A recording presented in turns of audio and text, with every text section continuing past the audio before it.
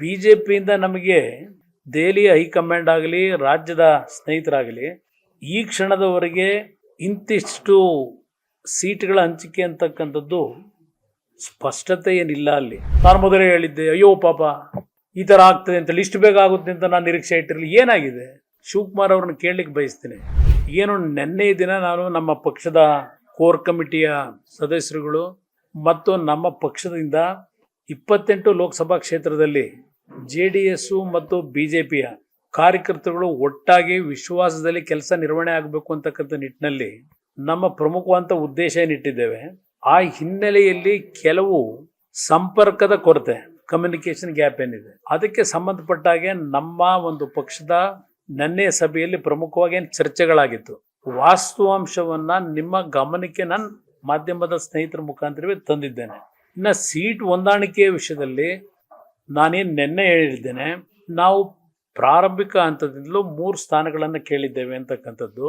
ಬಿಜೆಪಿಯಿಂದ ನಮಗೆ ದೆಹಲಿ ಹೈಕಮಾಂಡ್ ಆಗಲಿ ರಾಜ್ಯದ ಸ್ನೇಹಿತರಾಗಲಿ ಈ ಕ್ಷಣದವರೆಗೆ ಇಂತಿಷ್ಟು ಸೀಟ್ಗಳ ಹಂಚಿಕೆ ಅಂತಕ್ಕಂಥದ್ದು ಸ್ಪಷ್ಟತೆ ಏನಿಲ್ಲ. ಅಲ್ಲಿ ನಾನು ಕೇಳಿರ್ತಕ್ಕಂಥದ್ದನ್ನ ನಾವು ಗೌರವಿಸ್ತೀವಿ ಅಂತಕ್ಕಂಥದ್ದನ್ನ ಕೇಂದ್ರದ ಗೃಹ ಸಚಿವರು ನಾನು ಹಲವಾರು ಬಾರಿ ಭೇಟಿ ಮಾಡಿದಾಗಲೂ ನನ್ನ ಒಂದು ಮನವಿ ಏನಿದೆ ಅದನ್ನು ಗೌರವಯುತವಾಗಿ ಕಂಡಿದ್ದಾರೆ.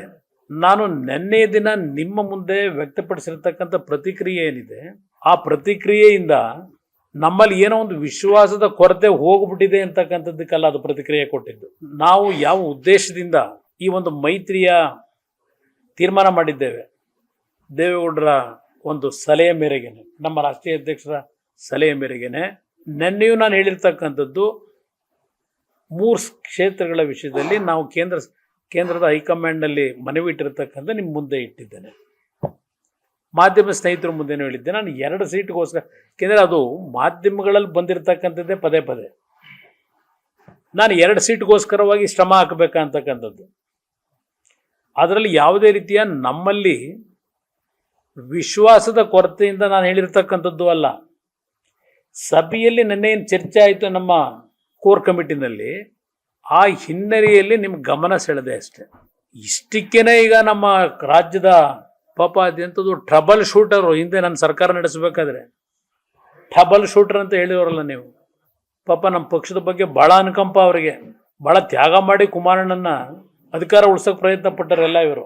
ಭಾಳ ಶ್ರಮಪಟ್ಟು ಮಂಡ್ಯದಲ್ಲಿ ನಿಖಿಲ್ ಕುಮಾರಸ್ವಾಮಿನ ಗೆಲ್ಸೋಕೆ ದುಡಿಮೆ ಮಾಡಿದಾರೆ ಇವರೆಲ್ಲ. ನನ್ನ ಕಾರ್ಯಕರ್ತನ ಉಳಿಸಿದಾರೆ ಇವರು. ಇವತ್ತೇನೋ ಹೇಳಿಕೆಯನ್ನು ಗಮನಿಸಿದ್ದೆ. ನಾನು ಮೊದಲೇ ಹೇಳಿದ್ದೆ, ಅಯ್ಯೋ ಪಾಪ ಈ ಥರ ಆಗ್ತದೆ ಅಂತ, ಲಿಸ್ಟ್ ಬೇಗ ಆಗುತ್ತೆ ಅಂತ ನಾನು ನಿರೀಕ್ಷೆ ಇಟ್ಟಿರಲಿ. ಏನಾಗಿದೆ? ಶಿವಕುಮಾರ್ ಅವ್ರನ್ನ ಕೇಳಲಿಕ್ಕೆ ಬಯಸ್ತೀನಿ. ಇವತ್ತು ನನ್ನ ಪಕ್ಷದ ಪರಿಸ್ಥಿತಿ ಬೆಂಗಳೂರು ಗ್ರಾಮಾಂತರ ಜಿಲ್ಲೆನಲ್ಲಿ ಪಾರ್ಲಿಮೆಂಟ್ ಕ್ಷೇತ್ರದಲ್ಲಿ ಈ ಹೊಂದಾಣಿಕೆ ನಾನು ಮಾಡ್ತಕ್ಕಂಥದ್ದಕ್ಕೆ ತೀರ್ಮಾನ ಮಾಡಲಿಕ್ಕೆ ಮೂಲ ಕಾರಣ, ನೀವು 2018 ಸರ್ಕಾರ ಮಾಡಬೇಕಾದ್ರೆ ಕುಮಾರಸ್ವಾಮಿ ಅವರು 5 ವರ್ಷ ಇರಬೇಕು, 5 ವರ್ಷ ಬೆಂಬಲ ಅಂತ ಹೇಳಿ ನಾವು ಕೊಟ್ಟಿದ್ವು. ಪದೇ ಪದೇ ನಾನು ಪಟ್ಟ ಶ್ರಮ ಇದೆಯಲ್ಲ, ಅವತ್ತು ಸರ್ಕಾರ ನಡೆಸಬೇಕಾದ್ರೆ ಯಾರ್ಯಾರಾದರೂ ದುರುಪಯೋಗ ಬಳಸ್ಕೊಂಡಿದ್ದೀರಿ. ಉಪಯೋಗ ಅಲ್ಲ, ದುರ್ಬಳಕೆ ಮಾಡ್ಕೊಂಡಿದ್ದೀರಿ ನೀವು. ನನ್ನನ್ನು ಪದೇ ಪದೇ ಯಾವುದು ವೆಸ್ಟ್ ಎಂಡ್ ಹೋಟ್ಲಲ್ಲಿದ್ದ ಚೆನ್ನಾಗಿ ಸಿಗ್ತಿರಲಿಲ್ಲ, ಪದೇ ಪದೇ ಹೇಳ್ತೀರಿ. ನಾನು ವೆಸ್ಟ್ ಎಂಡ್ ಹೋಟ್ಲಲ್ಲಿ ಜನಗಳು ಸಿಗದೇ ಇದ್ದಿದ್ದೀರಿ ಸಂಪರ್ಕದಲ್ಲಿ. 109 ಕೋಟಿ 14 ತಿಂಗಳಲ್ಲಿ ನಾಡಿನ ಆರೋಗ್ಯದ ಒಂದು ಸಮಸ್ಯೆಗೆ ಒಳಗಾದಂಥ ಬಡ ಕುಟುಂಬಗಳಿಗೆ ಪರಿಹಾರ ಕೊಡ್ಲಿಕ್ಕೆ ಸಾಧ್ಯ ಇತ್ತ? ನಾನು ಪದೇ ಪದೇ ನನ್ನ ಮೇಲೆ ಕ್ಯಾರೆಕ್ಟರ್ ಅಸೋಸಿಯೇಷನ್ ಮಾಡ್ಕೊಂಬಂದಿದ್ದೀರಿ. ನಾನು ವ್ಯಕ್ತಿತ್ವ ಪ್ರಶ್ನೆ ಮಾಡಿದ್ದೀರಿ ನೀವು ನನ್ನ 14 ತಿಂಗಳ ಆಡಳಿತದ ಬಗ್ಗೆ. ಏನು ದೊಡ್ಡ ಅಪರಾಧ ಮಾಡಿದೆ ನಾನು ಅನ್ನೋ ರೀತಿಯಲ್ಲಿ? ಯೋಗ್ಯತೆಗೆ ಸರ್ಕಾರ ಹೋದ ಮೇಲೆ ಸರ್ಕಾರಿ ಬಂಗ್ಲೆ ತೆರವುಗೊಳಿಸ್ಲಿಲ್ಲ ನೀವು. ಆ ರೀತಿ ನನ್ನ ನಡೆಸ್ಕೊಂಡ್ರಿ ಪ್ರಾಮಾಣಿಕವಾಗಿ. ಅವತ್ತೇನು ಸರ್ಕಾರದಲ್ಲಿ ನಾನು ನಾಡಿನ ಜನತೆಯ ಸಮಸ್ಯೆಗಳನ್ನು ಬಗೆಹರಿಸಲಿಕ್ಕೆ ಪ್ರಯತ್ನ ಪಟ್ಟೆ. ಒಂದು ದಿನ ನಿಮ್ಮ ಯೋಗ್ಯತೆಗೆ ನಿಮ್ಮ ಬಾಯಿನಲ್ಲಿ ಕುಮಾರಸ್ವಾಮಿ ರೈತರ ಸಾಲ ಮನ್ನಾ ಮಾಡಲಿಕ್ಕೆ ನಮ್ಮ ಕಾರ್ಯಕ್ರಮಗಳನ್ನು ಮುಂದುವರಿಸಿ ಕಾಂಗ್ರೆಸ್ ಶಾಸಕರುಗಳ ಕ್ಷೇತ್ರಗಳಿಗೆ ಯಥೇಚ್ಛವಾಗಿ ಅಭಿವೃದ್ಧಿಗೆ ಹಣ ಕೊಟ್ಟಂತ ನಿಮ್ಮ ಬಾಯಲ್ಲಿ